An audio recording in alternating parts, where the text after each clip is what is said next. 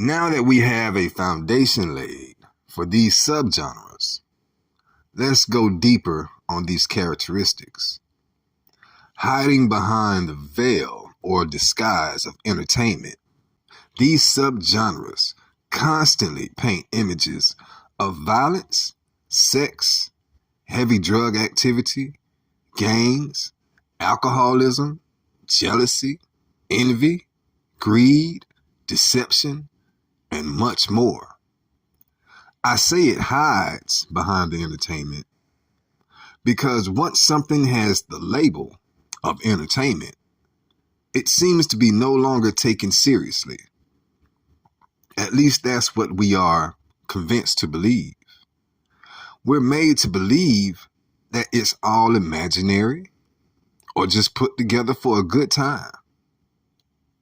At the same time, we are told that this form of entertainment reports or talks about real life and real life situations. So it's already forming a false sense of reality for our audience. If you remember, entertainment meant to distract or to divert. So if you are distracted, that means something else was going on first. And this entertainment pulled you away. When we speak generally of entertainment, we want it to distract us from something bad. I also want you to notice that this can work both ways. It can also distract us from something good.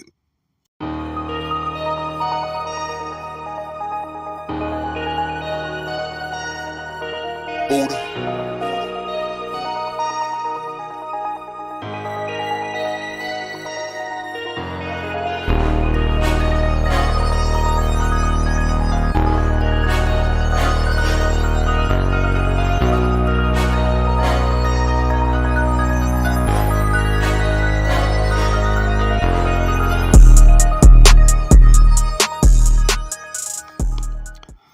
Let's go to the book of Colossians. Let's take a look at the book of Colossians. We are going to check out chapter 3, verses 5 and 6. Also in that same chapter, 8, 9, and 10. All right, let's get into verse 5. Verse 5.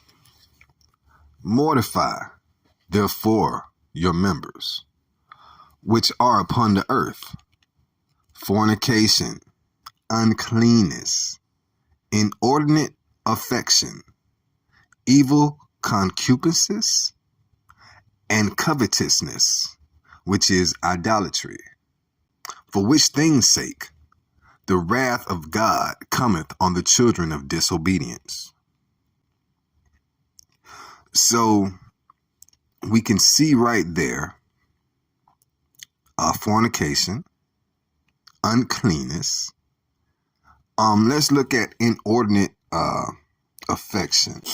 But we have the definitions here of evil concupiscence and inordinate affection.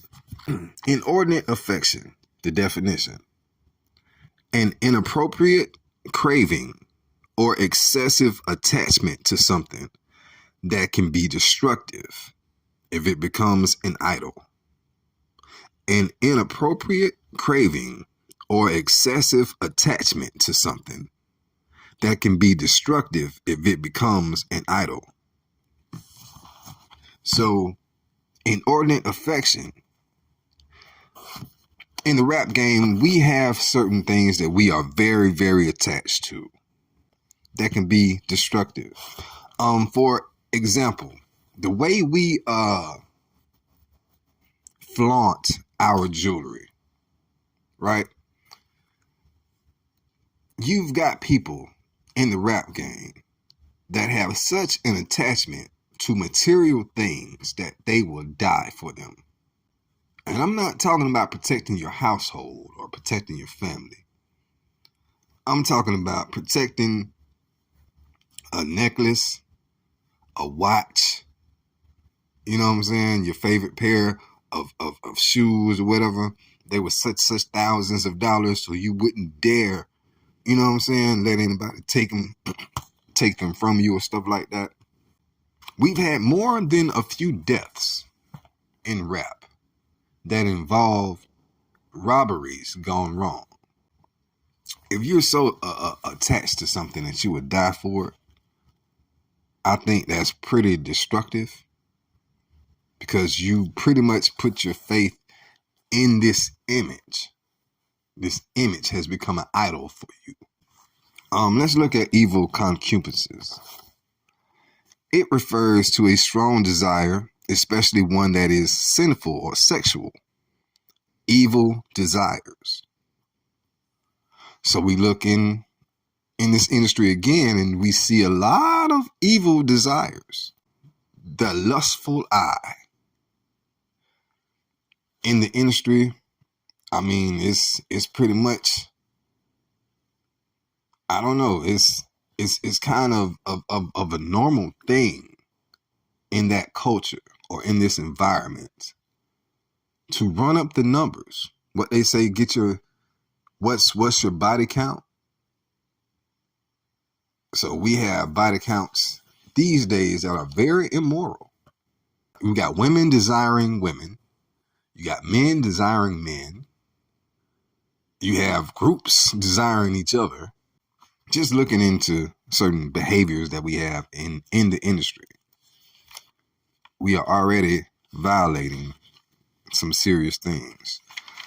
And the scripture says the wrath of God comes on the children of disobedience. Next, we go to 8, 9, and 10. So 8. But now ye also put off all these: anger, wrath, malice, blasphemy, filthy communication out of your mouth. Lie not one to another, seeing that ye have put off the old man with his deeds, and have put on the new man, which is renewed in knowledge after the image of him that created him. So we look at verse 8, and you see anger, you see wrath, you see malice. Is that not prevalent in the entertainment industry? Is that not prevalent in the rap game? Blasphemy is definitely there. We have rappers that call themselves the God MC. You know, filthy communication out of your mouth. I think that's self-explanatory. We cuss all day long. I mean, what are you saying out of your mouth in this new, I can't even say in this era of entertainment that's good? How many rappers do we have in mainstream? Because that's what really creates the culture. We are influenced by the mainstream.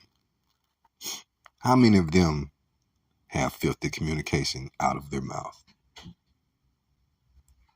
And we hear it daily.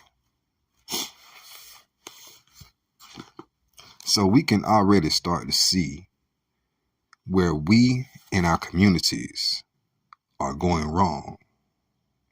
We have to realize that we live in environments that are ruled by the nations of the world. The world doesn't apply the laws or statutes of the Most High to daily life. They've replaced them with their own. Even more importantly, they are not held to the same standard. The world was never given God's law. It was given to our ancestors and passed down to us. The very people that drastically cling to this culture that rap music has created or provided. We have been distracted and diverted from the culture of our forefathers. You remember when I said it can take you away from something good? We live it daily. Let's go to Jeremiah. Jeremiah 17, and we'll look at verses 5, 9, and 11. Jeremiah 17, verse 5. Thus saith the Lord, cursed be the man that trusteth in man, and maketh flesh his arm, and whose heart departeth from the Lord. Let's look at 9. The heart is deceitful above all things, and desperately wicked. Who can know it? 11. As the partridge sitteth on eggs, and hatcheth them not, so he that getteth riches, and not by right, shall leave them in the midst of his days, and at his end shall be a fool. One thing that we hear a lot about in these forms of rap is drug dealing and drug use. A lot of it.